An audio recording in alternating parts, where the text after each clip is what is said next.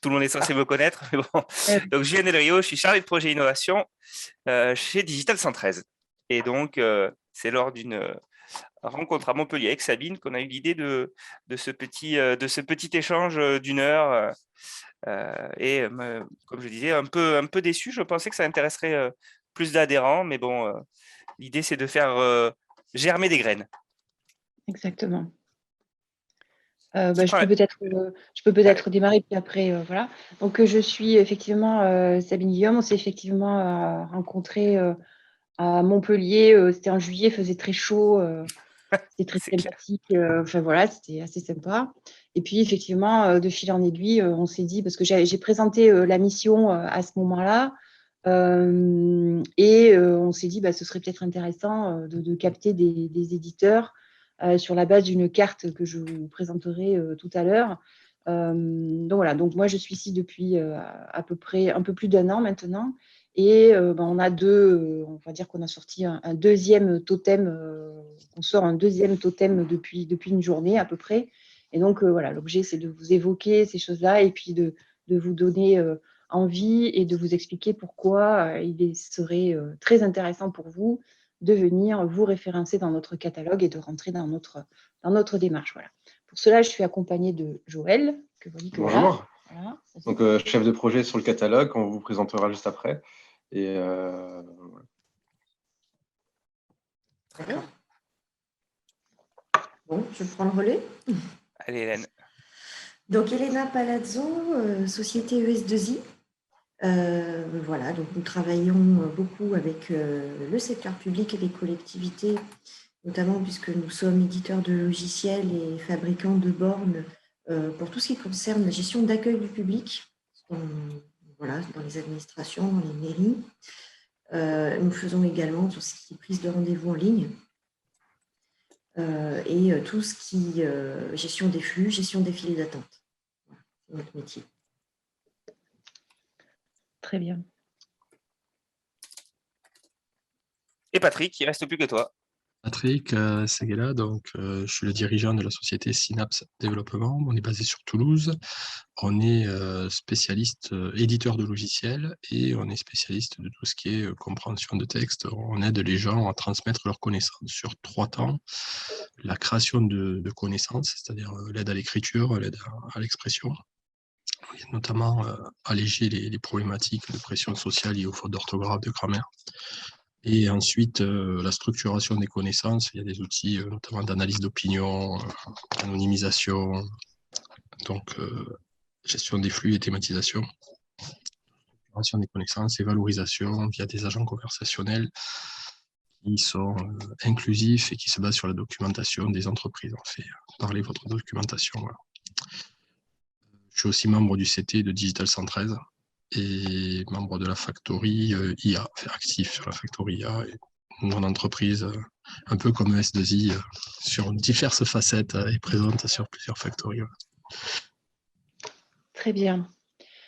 Écoutez, moi je vous propose de démarrer. Alors, ce que vous avez dit sur la Factory IA va peut-être m'amener à vous parler d'un autre sujet que je porte dans le cadre du plan de relance. Je distribue des sous. Je vous vois. Respirez, détendez-vous. Ça suffira, on prend plus grand. Voilà. Respirez, détendez-vous.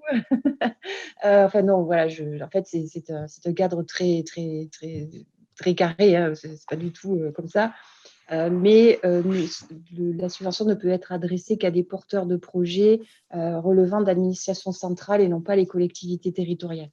Donc, si vous avez des idées, je pourrais faire un petit point où on peut reprendre rendez-vous sur une autre date pour vous exposer ce point plus particulier. Voilà. Ça m'intéresse en effet. Oui, voilà. Donc, Même Synapse, on a des projets qui ont été signés, qui ont du mal à avancer, notamment parce qu'il y a des mouvements autour du SGAR, tout ça. Mais intérêt à parler avec vous, justement, puisqu'il y a pas mal de projets qui doivent être déployés, et notamment avec les aides du plan France Relance. Ouais. Tout n'est pas simple. Oui, mais enfin, nous, on a l'avantage d'avoir quelque chose d'assez, un dispositif assez léger parce que la somme versée n'est pas extraordinaire par rapport aux autres volets du plan de relance, qu'il soit numérique ou plan de relance global. Donc, voilà, mais si ça peut éventuellement vous intéresser, c'est bon. Voilà. On Noté. va lancer peut-être en mode carrément. On peut, là. Ok, voilà, très bien. Donc, je vais aller assez vite de façon à ce qu'on puisse échanger après. Bon, Vous voyez bien l'écran déjà? vous voyez bien le partage, c'est bon pour vous? Ok, Tout à bon, fait. allez, c'est parti. Donc, pour vous donner plutôt un cadre de positionnement de la mission, donc nous sommes une partie de la direction interministérielle du numérique, qu'on appelle plutôt la DINUM entre nous. Donc, c'est une équipe qui a pour objet d'activer la numérisation de l'État dans l'objectif de moderniser les relations, avec le citoyen, et puis deux, bien évidemment, en interne. Donc, comme vous travaillez dans les cibles collectivités territoriales, je n'ai pas trop besoin de vous expliquer ces choses-là.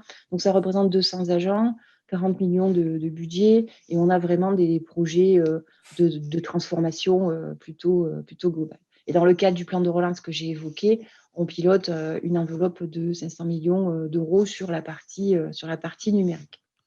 Au sein de cette direction, il existe un programme qui s'appelle TechGouv, dont la durée de vie est 2019-2022. Donc là, on est en train de réfléchir au poste 2022, qui est un peu demain quand même, dont l'objectif principal est d'accélérer la transformation numérique de l'État.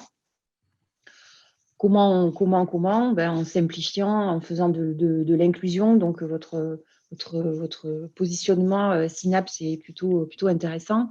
L'attractivité, la maîtrise. Par exemple, on parle beaucoup de souveraineté numérique ces derniers temps, donc on y est en plein. Réaliser des économies à minima du moins à dépenser en faisant de la meilleure qualité, moindre coût, plus rapide, avec peut-être moins d'intervenants. Et puis, générer des alliances avec des partenariats en relation avec la société civile. Par exemple, ce qu'on est en train de faire, c'est typiquement dans ce périmètre-là. Plusieurs missions sont rattachées au programme, donc on a 8 au total.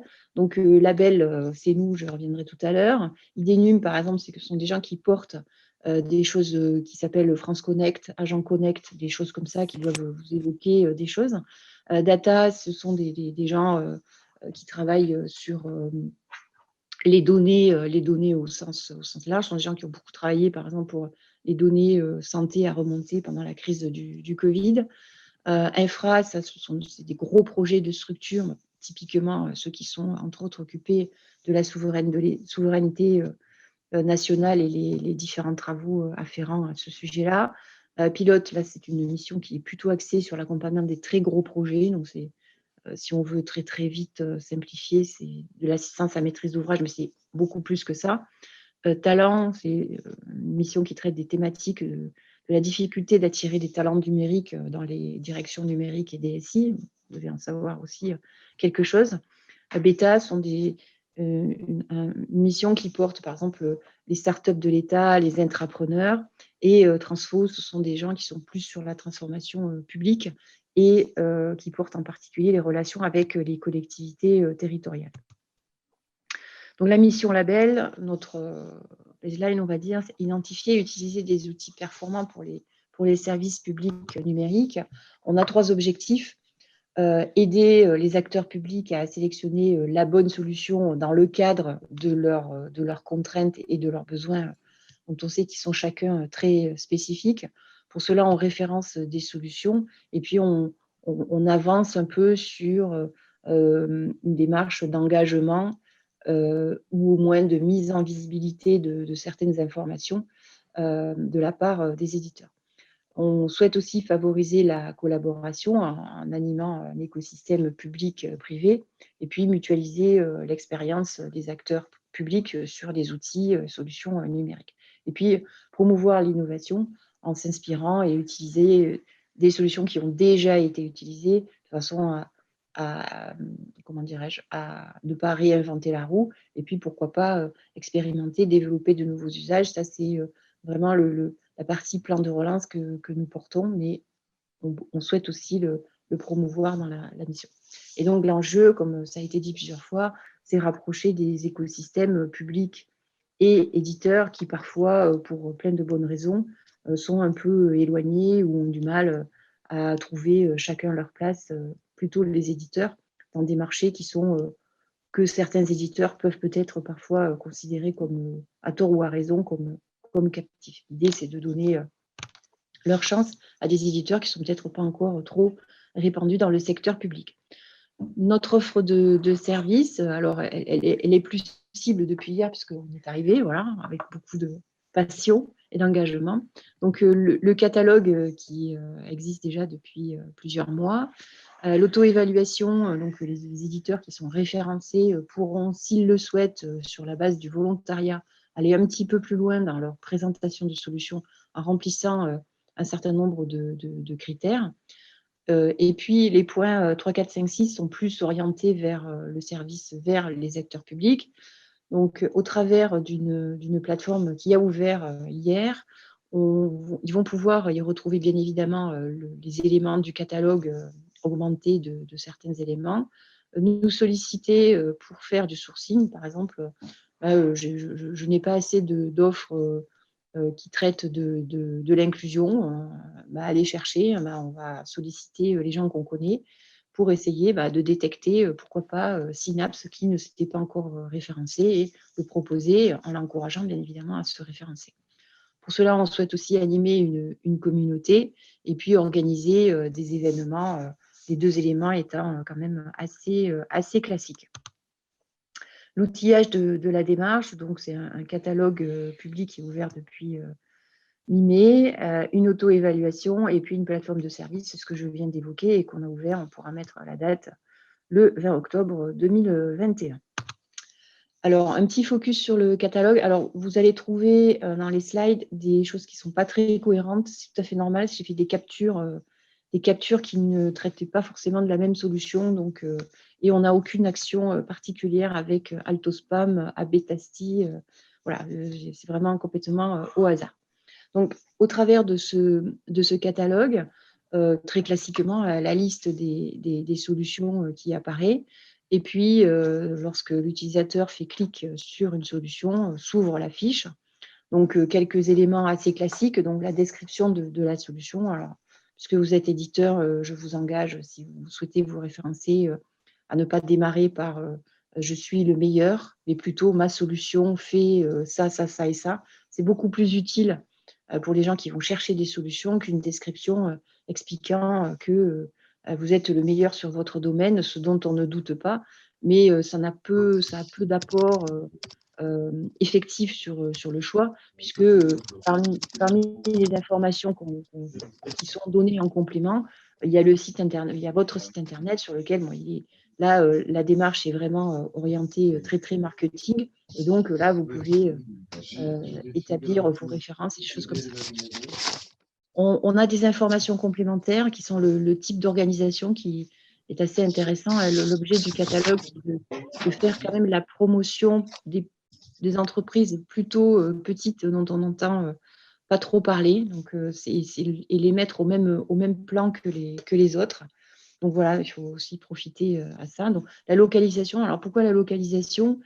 Ça peut être intéressant. Moi, j'étais DSI précédemment et on aimait bien pouvoir choisir des solutions qui n'étaient pas très loin de chez nous, d'où l'intérêt qu'au niveau des territoires, les gens se référencent. Des informations complémentaires sur la solution, si c'est propriétaire libre. Dans le cas où c'est libre, on demande le type de distribution, comment se déploie la solution, si c'est du cloud, si c'est du on-premise, les hébergements, parce que ça devient vraiment un sujet très, très prégnant. Donc, on a cet élément qui est donné. Des modes de facturation. On demande si, mais c'est absolument pas obligatoire, si le produit est référencé dans des centrales d'achat. Voilà, mais c'est vraiment. Alors, il y a l'UGAPMI, mais ce n'est pas la seule qu'on référence. On référence les plus grosses, enfin, du moins celles qui nous ont été remontées le plus fréquemment. Et puis, là, vous avez l'image du catalogue public. On mentionne seulement si la solution a des références dans le secteur public, sans donner les coordonnées des personnes à contacter pour des raisons de confidentialité et de non-perturbation des agents qui peuvent avoir peut-être autre chose à faire qu'à être sollicités à U et à DIA. Donc là, on demande de passer avec nous. différence avec la plateforme pour les acteurs publics que j'ai évoquée tout à l'heure. Là, bien évidemment, les acteurs publics, ils ont accès à ces références sans passer par nous, ce qui est un petit peu naturel. Alors, la répartition géographique, alors depuis, les chiffres ont un peu changé, mais je pense que les distributions sont à peu près les mêmes. Donc, vous voyez que dans votre belle Occitanie, il n'y a que 17 solutions qui étaient référencées. Alors, je pense que ça doit dater de quand je suis venue à Montpellier. Non, je suis allée à Metz un petit peu plus tard, mais ça n'a pas trop bougé. Donc, j'évoquais les collectivités territoriales qui, bien sûr, sont fortement encouragées à venir rejoindre la communauté. Le facteur proximité peut être un facteur de présélection. Alors après, bien évidemment, l'acteur public, il fait sa structure de marché qui doit respecter les règles de la commande publique. Mais on se situe sur une phase de sourcing parce que selon la taille des projets, on peut avoir une équipe d'acheteurs qui est en capacité de faire du sourcing et en amont d'un appel d'offres. Il est absolument tout à fait autorisé de faire venir quelques éditeurs pour présenter leurs solutions de façon à améliorer son cahier des charges et puis après lancer l'appel d'offres. Donc, il est important que ce 17 devienne déjà 19. Voilà, il faut aller petit, mais au-delà, puisque la présentation est enregistrée, tous les gens qui vont la regarder, je les encourage à venir améliorer ce 17. Quelques informations aussi sur le panel qu'on avait à ce moment, au moment de cette statistique. On avait beaucoup de solutions de cybersécurité, beaucoup de dématérialisation et de relations usagers, digitalisation des parcours. Voilà, c'est ça. Et puis, on avait des choses sur l'intelligence artificielle, donc on pourrait passer à 51, pourquoi pas. Et puis, des plateformes low-code, plutôt des outils qui aident à développer des outils plutôt pour des équipes informatiques ou dans le cas de plateformes low-code, no-code, la capacité à des gens qui ne sont pas forcément informaticiens nativement de développer leurs propres outils dans des conditions d'exploitation correctes. Alors, comment se référencer? Donc, on a un site, si vous faites catalogue GouffTech, vous arrivez sur le catalogue. Ce catalogue vous permet de rechercher une solution, mais le bouton en haut à droite, qui est ici, là, vous permet d'accéder directement au formulaire. Alors ça, c'était l'ancien, je n'ai pas mis à jour le slide, mais si vous faites clic à cet endroit-là, vous allez arriver directement sur le bon formulaire et on va vous demander de vous inscrire, voilà, et puis on vous enverra le OK pour votre login. Le catalogue est ouvert depuis le 17 mai, comme je l'ai déjà dit précédemment, et il référence plus de 450 solutions à aujourd'hui. Voilà, donc je suis allée assez vite, donc tout à fait disponible pour des questions. Arrêtez de partage peut-être. Voilà, si vous avez des compléments, n'hésitez pas. Je suis là, nous sommes là pour ça. Alors, s'il n'y a personne qui lance, moi, j'ai à écouter. Est-ce que bon, c'est tout jeune, donc pour l'instant, on s'imagine que les services sont tous encore existants, mais est-ce qu'il y a une volonté de vérifier périodiquement que tous les services sont toujours disponibles? Oui, alors c'est exactement un sujet qu'on a. Alors là, aujourd'hui, on a un peu l'inverse, c'est-à-dire qu'on a des gens qui se demandent de se référencer alors que le produit n'est pas tout à fait lancé. Ah oui, Donc, d'accord. le site Internet est toujours en construction. Donc, on est plutôt dans la phase inverse. Ceci étant dit, bien évidemment, il va falloir qu'on trouve un moyen pour vérifier. Alors, on ne va pas le faire tous les 4 matins, bien évidemment.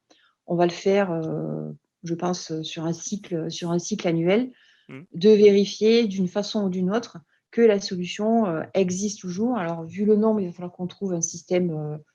Bon, alors déjà, la chose la plus simple, c'est peut-être parce qu'il faut s'enrôler avec une adresse mail, qu'on demande à être générique dans la mesure du possible. C'est déjà d'envoyer un mail un peu mystère à ces gens-là et de récupérer les accusés de réception qui n'existent plus. Donc, c'est déjà un bon indice, mais c'est peut-être pas forcément suffisant. Donc, voilà, il faudra qu'on achète certainement nous-mêmes un outil de RPA pour aller faire clic sur les sites, nous remonter les informations et puis à partir de là, de peut-être faire une analyse. Voilà. Mais oui, c'est prévu. Alors aujourd'hui, comme dit, c'est un peu jeune, donc on considère que tout le monde existe encore. Mais c'est quand même sur la partie start-up, on sait bien que même si on souhaite qu'elles soient toutes viables et qu'elles aillent beaucoup plus loin, il y a des rachats, donc le nom change, la structure disparaît, etc. Ouais. Donc il faut que du côté de nos clients publics, on soit quand même sur des solutions alors pérennes, ça on ne peut pas s'engager, mais à minima existantes. Donc il faut quand même qu'on soit un peu acéré sur ce truc-là, parce que rien n'est plus déceptif que de sélectionner 3-4 solutions et puis que celles que peut-être on préférait finalement n'existent plus, quoi. C'est pas très, de notre côté, ce serait commercialement pas très sérieux. Donc effectivement, on va essayer de monter la procédure. Là, on a un peu de temps. Là, on a lancé la plateforme hier, donc on se donne 2 jours pour puis dès lundi, on s'attaque à ce problème. Voilà. Bien. Pascal, est-ce que tu peux réactiver ton micro? Sinon, je pense que non, ça a l'air bon. Oui, alors une question de ma part. Déjà, moi, j'ai eu mes équipes avaient inscrit la solution sur la plateforme. Donc, Ouais. alors, une Oui, de mais nos solutions, tout le monde, mais tout le monde ne le sait pas forcément. Ça nous est arrivé plusieurs fois. La personne parce que c'est peut-être notre équipe marketing qui s'en est occupée, c'est peut-être des techniciens. Enfin, ouais, je crois que c'est moi qui avais demandé à ce que ça se passe parce qu'on travaillait pas mal avec le secteur public. J'avais été au courant de l'initiative et ça a été fait, mais c'est cool.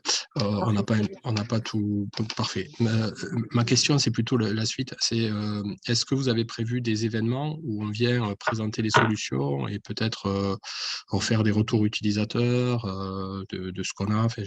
Est-ce que S2I a d'autres idées, mais dans cette idée-là d'aller un peu plus loin que la fiche, quoi, et peut-être des moments de rencontre? Bien sûr. Oui, c'est ce que j'évoquais très, très rapidement sur les événements. Alors, je ne vous cache pas que faire se rencontrer les gens à travers des webinaires, c'est un peu compliqué. Donc, on n'a pas vraiment lancé la mécanique pour le moment.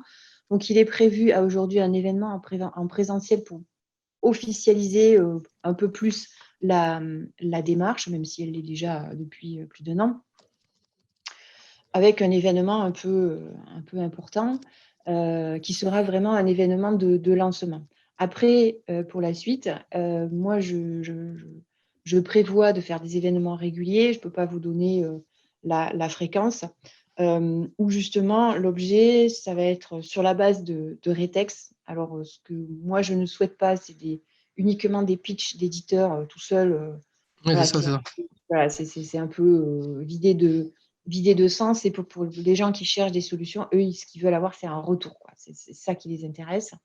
Donc, j'ai pas voilà. trouvé sur le site où c'est, parce que nous, on en a des retours, j'imagine que les autres éditeurs aussi, donc des petites capsules vidéo, des fiches de retour, on a ça pour pratiquement Alors, tous nos sujets.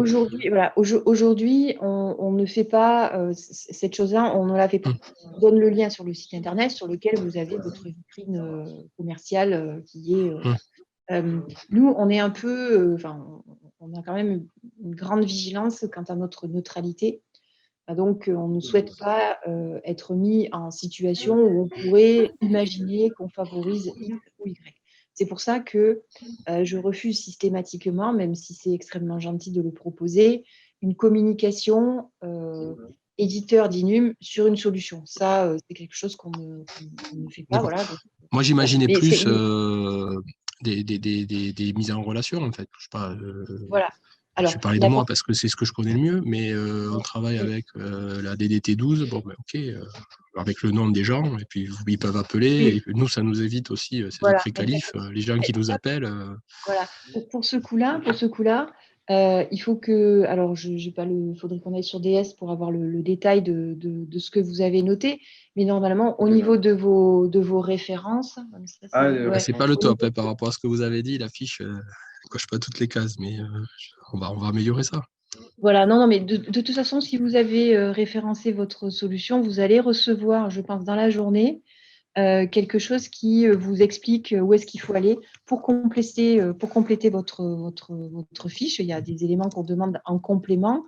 Et alors, on voit, vous référencez le GER, la préfecture.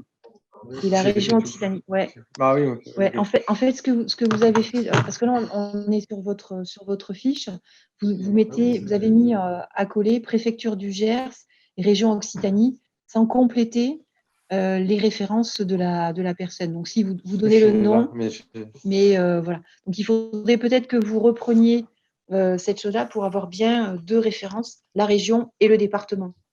Et puis rajouter. Oui, puis on peut en mettre d'autres surtout. Ouais. Voilà, vous pouvez enrichir le plus possible. Et comme je On vous bosse l'ai dit, avec TAM notamment. les acteurs Ok. publics vont avoir ces informations-là sans problème.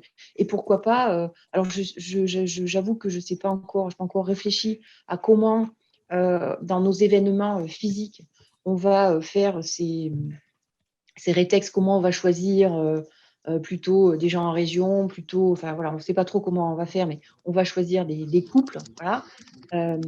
Et puis, bien évidemment, les événements, je pense qu'on fera une captation, ce qui permettra d'avoir des éléments complémentaires sur des solutions et des retours d'usage. Donc ça, c'est prévu. Oui.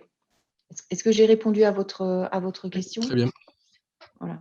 Donc, n'hésitez pas à aller enrichir votre fiche via le nouveau formulaire. Voilà.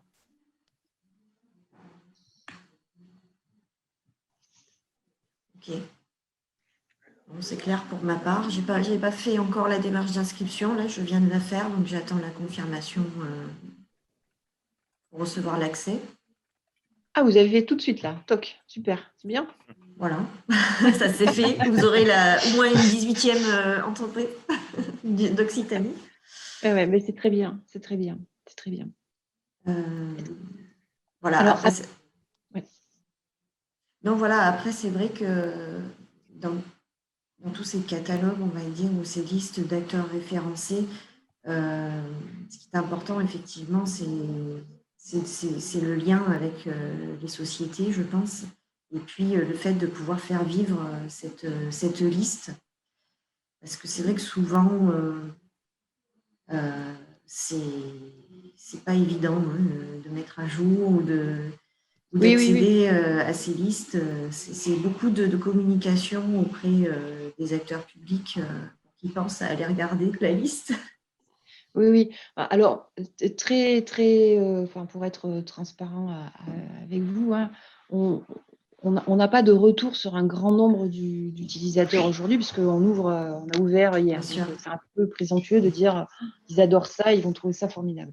Ceci étant dit, on a fait un panel d'utilisateurs. On a eu une quinzaine de personnes qui sont prêtées à l'exercice de thèse. On a eu des gens d'administration centrale, de collectivités territoriales, enfin voilà, d'organismes déconcentrés. On a essayé d'avoir un panel un peu représentatif, sinon en nombre, du moins en typologie. Et sur ces 15 personnes, on a eu des retours, alors c'est un peu présomptueux de dire ça, mais plutôt très positifs. L'initiative est bien perçue. Les gens trouvent que c'est utile, parce que toute cette énergie pour rien, c'était un peu embêtant. Donc déjà, on est un peu validé par cette chose-là. Et effectivement, aujourd'hui, on est sur, OK, on a des éditeurs qui se référencent, super, mais là maintenant, il faut capter le client final qui est celui qui va consommer ce catalogue pour utiliser des solutions, les avoir en visibilité, etc., etc. Donc, on est vraiment sur cette chose-là, mais il fallait démarrer par allécher ces gens-là en ayant plus de 3 solutions en catalogue. C'est pour ça qu'on a dissocié les deux démarches, c'est de peupler le catalogue avec des solutions qui sont assez différenciées. On a pas mal de choses pour les collectivités aussi. Et puis, voilà, toi, acteur public, regarde, il y a à peu près 500 solutions que tu connais peut-être pas forcément, qui peuvent t'intéresser. L'idée aussi, si vous avez des collègues éditeurs qui ne sont pas encore référencés dans le secteur public, ce n'est pas du tout une obligation, bien au contraire. Si le catalogue permet de mettre en visibilité des gens qui aujourd'hui ne font pas d'affaires avec le secteur public, eh bien, venez, et puis votre solution elle sera mise en visibilité au premier niveau comme les autres. Et vous avez des acteurs publics qui ne sont pas particulièrement hostiles à utiliser une solution qui n'a pas encore été utilisée par le secteur public. Voilà, il peut y avoir des choses qui disent, ah bah tiens, ça c'est pas mal, on va essayer, et pourquoi pas. Voilà. Donc, ça. Et ce qu'on souhaite aussi faire, c'est au travers de l'auto-évaluation qui comporte 70 critères qui sont, voilà, l'auto-évaluation, il ne faut pas la faire en se disant, bon, ben, en 10 minutes, c'est réglé. Non, non, il faut se référencer, il faut prendre le temps, et puis après, faire l'auto-évaluation. Hein, là, c'est la première phase que je vous engage à faire, comme ça, dès que vous êtes auto-référencé, pouf, vous avez votre solution qui va apparaître. Et puis après, l'auto-évaluation, c'est plus engageant pour vous, ça demande plus de réflexion, ça pose des questions un peu plus trapues. Donc, il vaut mieux y consacrer un deuxième temps. Voilà, en termes de méthodo, moi, je vous engage plutôt à faire comme ça. Qu'est-ce que je voulais dire je sais plus, j'ai perdu le fil. Sur ce qu'on va faire quand on s'inscrit, donc quelle évaluation, prendre son temps. Ouais, de prendre son temps. Je ne sais plus, j'ai perdu ce que je voulais vous dire, mais c'était très intéressant, c'est dommage. Pas très grave. C'est pas très grave. Oui, j'évoquais les éditeurs qui aujourd'hui ne sont pas référencés dans le secteur public. Il faut absolument qu'ils viennent aussi et que, pourquoi pas, ça offre. Alors, effectivement, vous travaillez déjà pour le secteur public, donc ça fait peut-être un peu plus de concurrence. Donc, c'est peut-être pas forcément. Voilà. Mais je pense que c'est important parce que la concurrence force aussi à la qualité. Donc, c'est aussi ça qui fait progresser l'offre des éditeurs pour le secteur public et donc, au bout du bout, fait progresser le service numérique vers le citoyen et vers les agents publics. L'idée, c'est de pousser tout le monde et d'encourager tout le monde à faire de mieux en mieux. Enfin, la démarche, c'est quand même, ça ne dit pas forcément son nom comme ça, mais c'est quand même une démarche de qualité dans laquelle on s'engage et puis on se référence, on s'auto-évalue. Et puis après, on va au-delà, on se benchmark avec d'autres, on fait des retextes, etc. Tout ça, c'est de la concurrence bienvenue pour un mieux au final pour tout le monde. Voilà. Donc, et je pense qu'il y a de la place pour plein d'éditeurs sur le secteur public, quoi.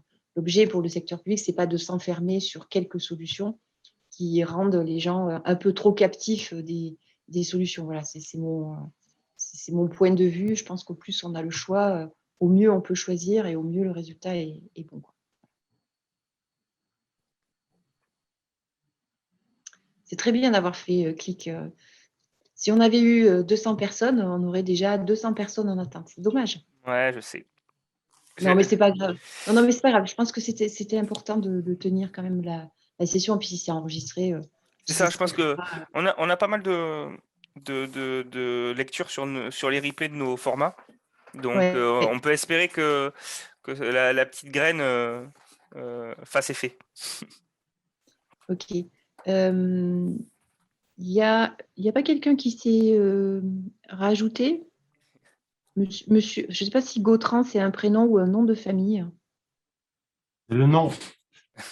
Vous m'entendez? Oui, on t'entend très bien. Oui, Voilà, parfait. Bonjour, désolé du retard, hein. c'est pas grave. Monsieur Gautran-Luc, Société 3S Numérique. En fait, j'ai regardé un peu le catalogue et je me posais la question parce que je suis une toute petite structure, vraiment une TPE, et je me posais la question de mettre mes solutions, qui ne sont pas des solutions créées, mais c'est des solutions sur étagère que nous gérons entièrement. Est-ce qu'on peut les mettre aussi dans le catalogue? Est-ce que vous êtes éditeur? Non. Oui, vous êtes prestataire et vous appuyez, oui, vous êtes intégrateur. Exactement. Alors, la différence, c'est que toutes ces solutions sont entièrement gérées en interne sur nos propres serveurs. Ce n'est pas des choses louées chez Amazon, etc.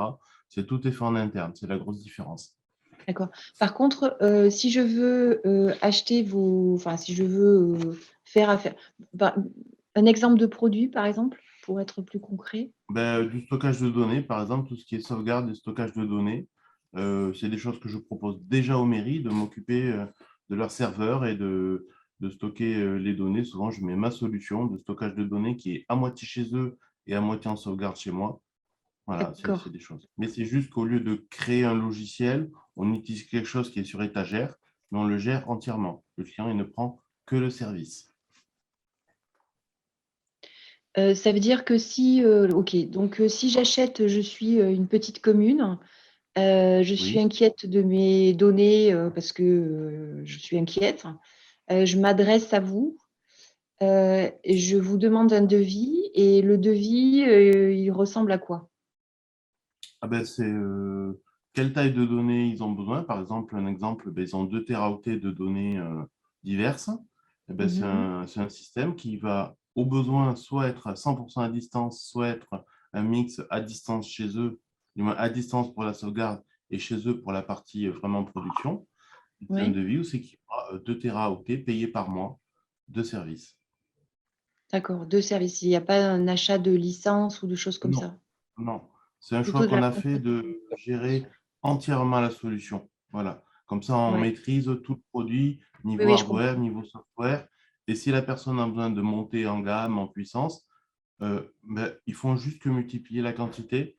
Tout ce qu'il y a derrière, c'est géré par nous Oui, oui, entièrement. oui, S'il y a des choses. je comprends bien. Ouais, je comprends bien. Alors, à aujourd'hui, malheureusement, enfin, voilà, on ne référence pas d'offres de prestations. En fait, vous D'accord. pourriez rentrer si vous facturiez des licences, en fait.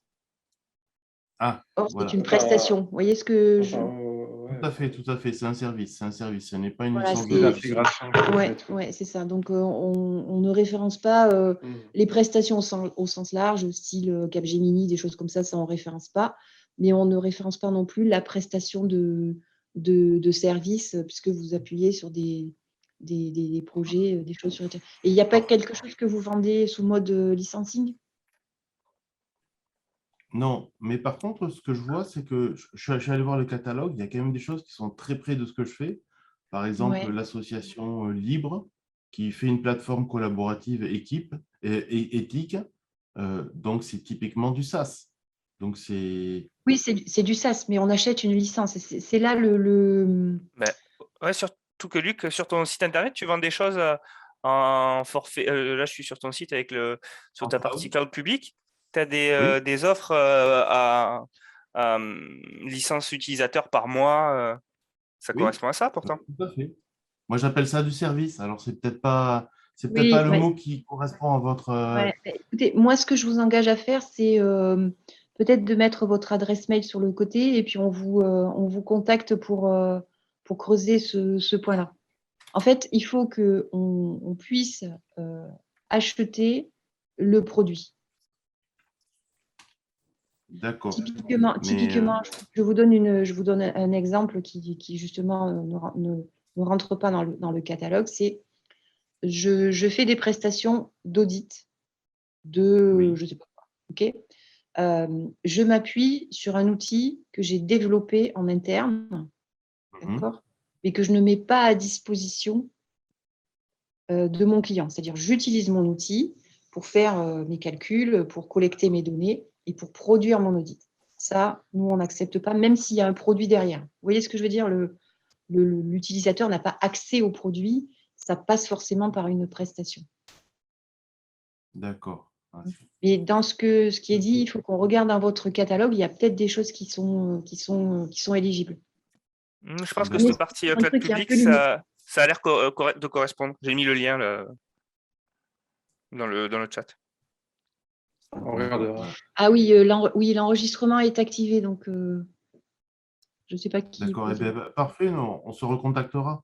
Je vous ai laissé Oui, mon email, voilà, pour creuser, pour bien comprendre. Je pense que c'est peut-être une question de mots utilisés, je pense, parce que les gens utilisent vraiment directement la solution.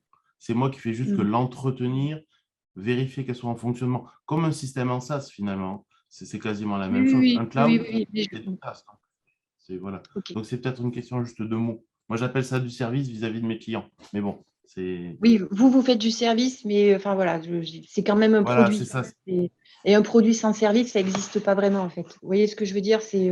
Oui, C'est tout à fait, tout différent. à fait. Voilà, voilà. Vous vendez un produit qui se trouve être en SaaS, mais vous n'êtes pas un intégrateur. Voilà, c'est un peu, c'est les prestations d'intégration qui ne rentrent pas dans le catalogue. D'accord, non, c'est Mais pas l'intégration.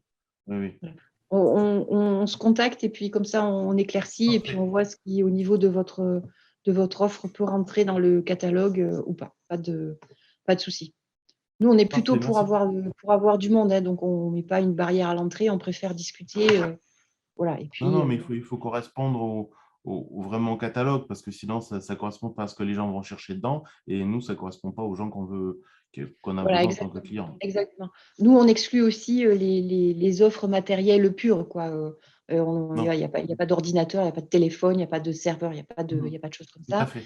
Et par extension, il n'y a pas de IaaS, parce que c'est de l'infrastructure, donc on Oui, considère que ça, on ne le prend pas.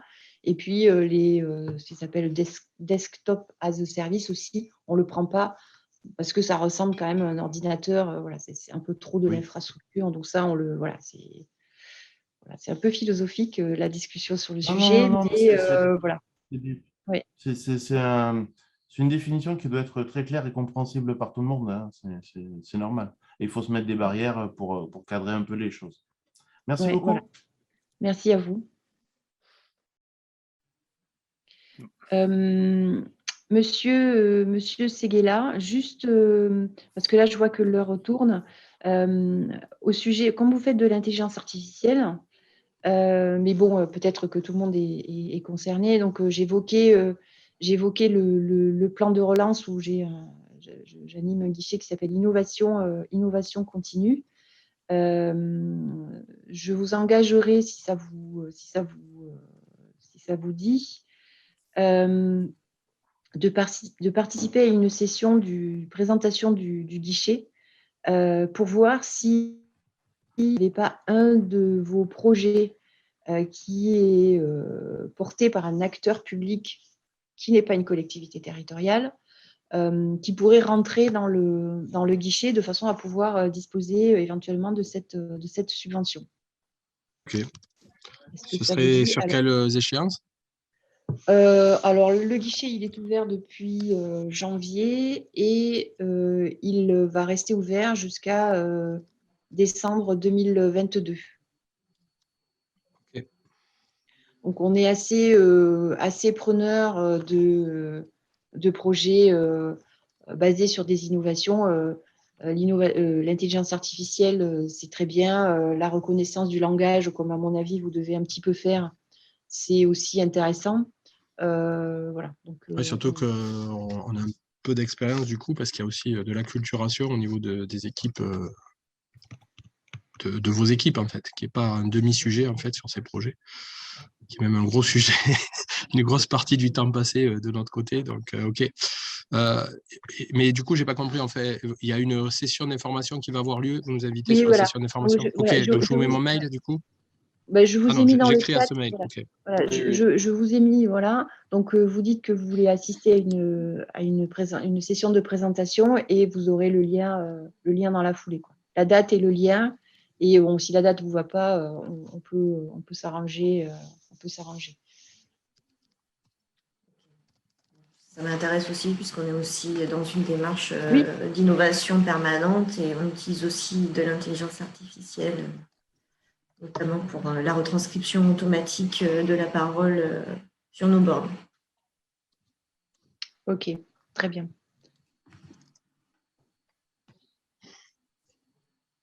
Oui, donc j'aurais peut-être pu faire les deux finalement, mais bon, voilà, là c'est plutôt orienté sur ce sujet-là. Donc, si j'en sais jamais, hein, s'il y a une foule qui souhaite, je ferai une présentation du guichet aussi, avec plaisir.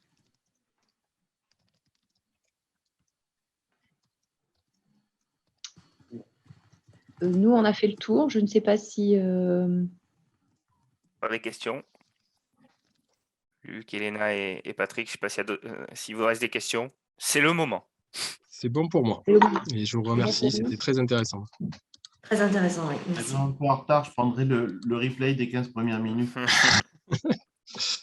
Merci à tous. Au revoir. Merci à tous les deux. Merci de l'invitation. Et puis, si besoin, on refait. Voilà, il y a le replay, certes, mais aucun problème pour les gens qui ont vu le replay s'ils veulent des compléments. aucun souci pour prendre une petite heure et rééchanger comme on a fait avec les éditeurs présents. De toute façon, c'est toujours intéressant pour nous d'avoir des éditeurs en live pour mieux comprendre ce qu'ils en attendent, etc. Et puis, pourquoi pas un rétexte du catalogue pour les gens du réseau qui participent dans quelques semaines pour avoir leur retour, pourquoi pas.